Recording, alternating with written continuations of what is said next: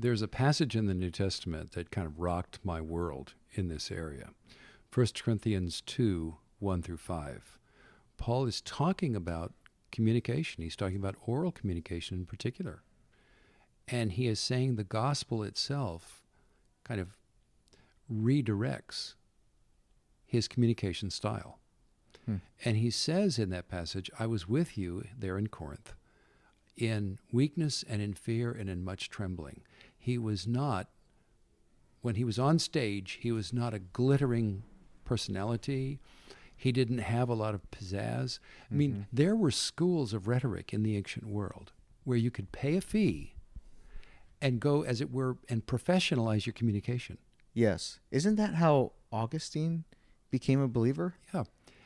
And in airline magazines to this day, you can, I guess, sign up for courses with online and so forth, Yes. where you can learn the tricks of the trade to wow an audience and get them on their feet with a standing ovation. You can do it. There are ways to do it. And for a certain amount of money, there will be people who will show you how it's done. And in that passage, Paul he has that whole world in mind. It was real in the ancient world. It is real in the modern world. And he's turning away from it. Because what's going on is the falsification of the human being and of the message.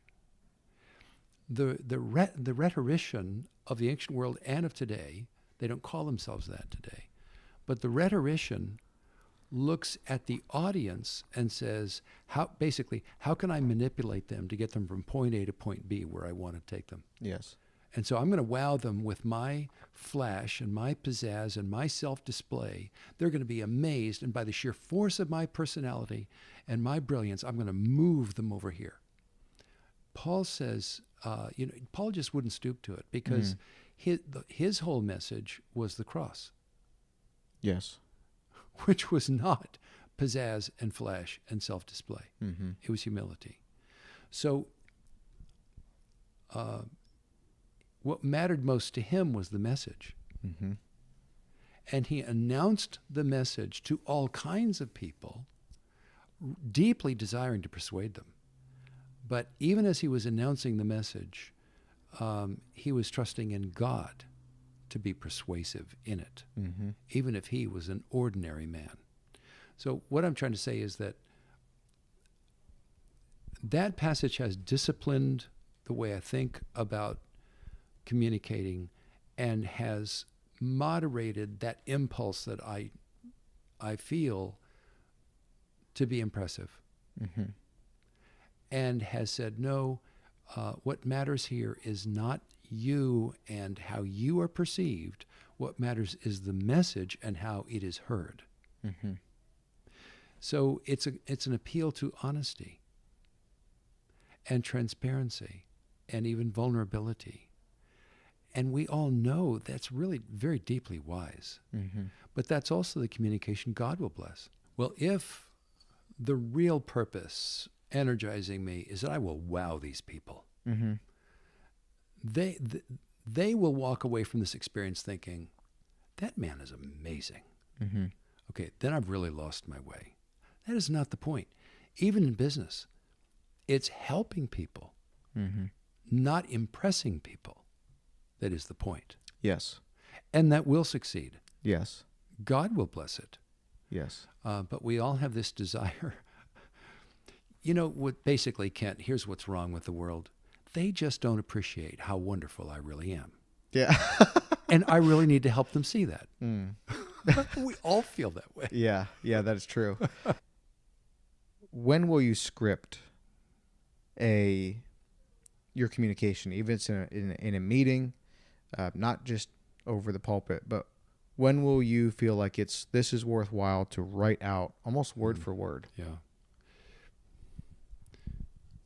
I do that a lot because I see it as a way of respecting the people, respecting their time, the commitment they made to come. I'm not there to waste their time. I want to get to the point and say what must be said Because I don't want them sitting there thinking, why did I come? Or when is this going to be over? That doesn't build community. It doesn't build trust. It doesn't show respect for them. I want them sitting there thinking, or at least feeling, it appears that I matter to him. He respects the moment and what is appropriate here and what will be helpful here.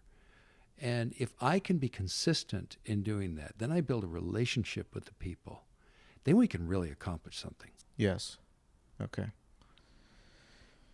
Yes.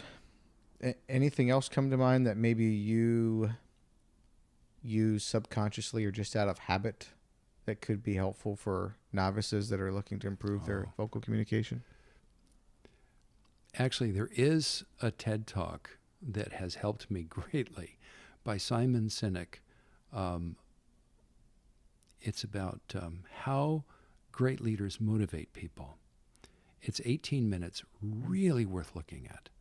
And he explains that he has 3 circles, kind of like a target.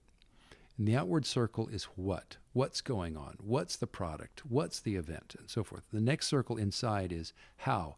How you can get involved. How you can find out more on the website. How you can make the purchase, whatever. And then the inner circle is why. Why does it even matter? Why should anybody care? And it's astonishing to me when it seems obvious, doesn't it? But the why question is often assumed and not addressed. It should be the very first thing that a business leader, a pastor, a political leader, anyone talks about. Why do we even care? What is it that we believe together that moves us and inspires us and drives us?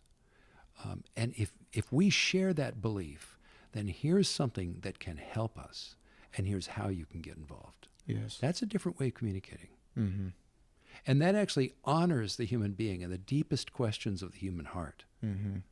What I care about and how I can go about pursuing that which I value and revere.